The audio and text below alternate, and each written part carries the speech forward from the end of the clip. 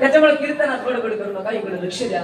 अभंग तुकोबरायांचा अभंगाला सुरुवात करण्याआधी अल्पासा पर्याय द्यायचा तो म्हणजे आपल्यावर नितांत प्रेम करणारे सर्व टाळकरी मंडळी. आता इथं कसं झालं माहितीये का भाऊ, एक गोष्ट बरं का, संचालक पुढे, चेअरमन पुढे, चेअरमन साहेब इकडे लक्ष द्या जरा. इथं एक गोष्ट झाली, सांगू का? वाईट नाही वाटणार तुम्हाला? माझ्यापेक्षा प्रतिष्ठित, माझ्यापेक्षा वयानं, ज्ञानानं, तपानं सगळे मोठी मंडळी आहे. म्हणून बरं का एक गोष्ट सांगतो तुम्हाला, इकडे लक्ष द्या. इथं एक घोटाळा झालाय, इथं घोटाळा असं झालाय, सांगू राग नाही जाणार. आता तरी तुम्ही काय करणार? मी अर्ध्या तासात निघून जा. इकडे लक्ष द्या.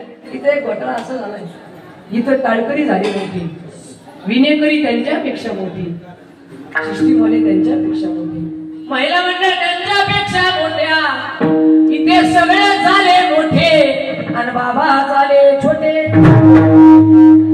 त्याच्यामुळे तुमच्या सगळ्यांच्या चरणाला नमस्कार करतो. थोडंसं मृदंग वाजवणारे राज महाराज असतील, आदिभक्त अंबादास महाराज आहे. काय गोडवा आहे महाराज, एकदा जोरदार टाळ्या झाल्या पाहिजे.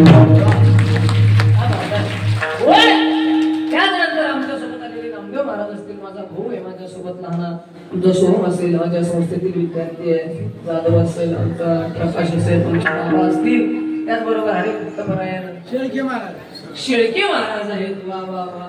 त्याचबरोबर संपूर्ण टाळकरी मंडळी, आमचे नवले महाराज आहेत. सगळ्यांना त्या ठिकाणी वंदन करतो. सगळ्यांच्या चरणाला हात जोडून विनंती करून माफी मागतो. मला थोडा उशीर झाला, पण एक गोष्ट सांगतो, उशीर झालाय पण तो उशीर भरून सुद्धा दिला जाईल. विठ्ठल